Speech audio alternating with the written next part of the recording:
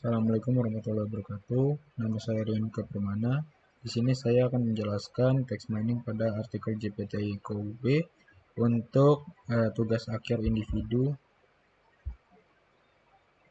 yang akan dijelaskan. Pertama ada proses pengambilan data, pre-processing data, dan yang terakhir exploratory analysis. Yang pertama yaitu proses pengambilan data. Di sini saya mengunjungi website JPTI KUB, kemudian volume yang saya gunakan adalah volume 1 nomor 1 tahun 2017 hingga volume 1 nomor 2 tahun 2017. Ini merupakan data kotor karena data yang dibutuhkan hanya kata kunci. Kenapa saya menulis nomor, judul, tanggal, dan volume untuk mengecek kata. Apabila saya menuliskan kata yang salah pada kata kunci, bisa dilihat dari artikel yang saya salah tempatnya di mana, dan tanggal maupun volumenya di mana untuk mengecek kembali kata tersebut dan membenarkannya. Kemudian preprocessing data. Di sini saya preprocessing data fungsinya adalah untuk menghilangkan baris, kolom maupun nilai yang tidak relevan dengan proses pengolahan data. Kemudian juga untuk mengurangi bias atau hasil yang kurang akurat ketika menganalisa data. Tahap tersebut tidak dilakukan karena data yang dikumpulkan tidak terdapat hal-hal tersebut. Karena saya mengetikkannya sendiri dari awal hingga akhir sampai minimal datanya 200, dan saya mengulanginya kembali kata-kata tersebut agar menghindari kesalahan yang ada. Kemudian saya melakukan penghapusan data yang tidak diperlukan seperti nomor, judul, tanggal, dan volume karena tugas yang dikerjakan itu hanya kata kunci saja. Jadi nomor, judul, tanggal, dan volume tidak dibutuhkan. Kemudian melakukan import data ke RStudio Data. Yang pertama, import dataset dengan mengklik Excel pada bagian kanan seperti pada gambar di atas. Di sini saya menyimpan data Excel-nya ke dalam format XLS. Kemudian mencari file Excel.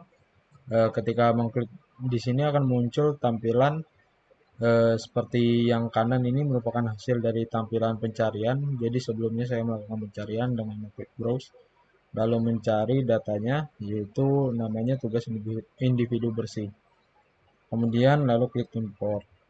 Selanjutnya mengunduh package yang dibutuhkan. Package yang dibutuhkan antara lain TM, Snowball C, Word Cloud, Air Color Brewers, UZ, dan ggplot. Saya menggunakan TM untuk menghilangkan tanda baca dan mengubah huruf ke lowercase. Kemudian Snowball C saya tidak begitu menggunakannya. Kemudian Word Cloud untuk menghasilkan word cloud, Air Color Brewer untuk mengubah warna, kemudian ggplot untuk diagram batang, dan nanti akan dijelaskan. Kemudian di sini ada preprocessing di RStudio.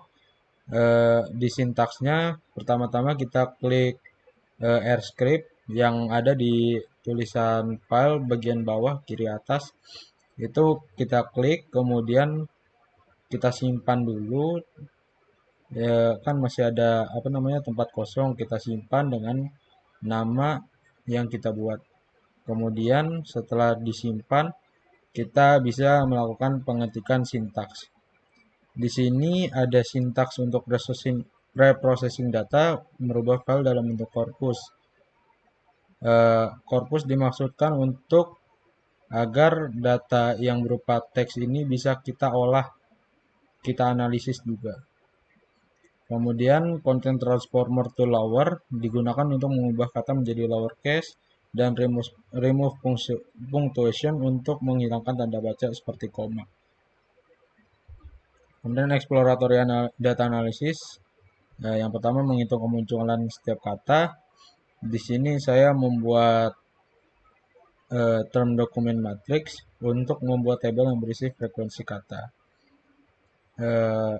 Terus tahap selanjutnya mengurutkan data dengan nilai frekuensi secara menurun dengan melakukan sorting dan melakukan decreasing. Jadi tampilannya dari besar ke kecil. Kemudian di sini ada tdm_d untuk melakukan frame terhadap data.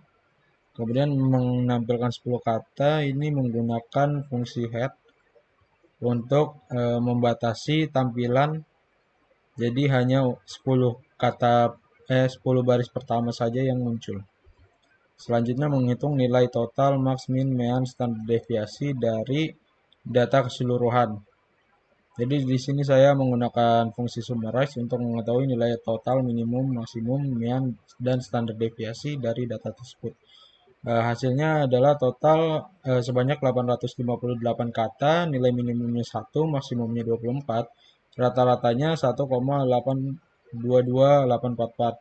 Kemudian standar deviasinya 2,128616. Kemudian visualisasi data diagram batang. Eh, Fungsi bar plot digunakan untuk menampilkan diagram batang pada library ggplot2. Kemudian call untuk mengganti warna pada diagram batang. Kalau di sini bisa kita ubah warnanya, bisa ganti dengan warna red, blue, green, ataupun yang lainnya. Kemudian di sini 1:10 untuk menghasilkan berapa banyak 1.210 untuk menghasilkan berapa banyak data yang akan ditampilkan di sini. Data awalnya itu merupakan 1 dan data akhirnya merupakan 10, baris ke 10. Kemudian di sini ada visualisasi data dengan menggunakan word cloud. Fungsi word cloud digunakan untuk menampilkan word cloud.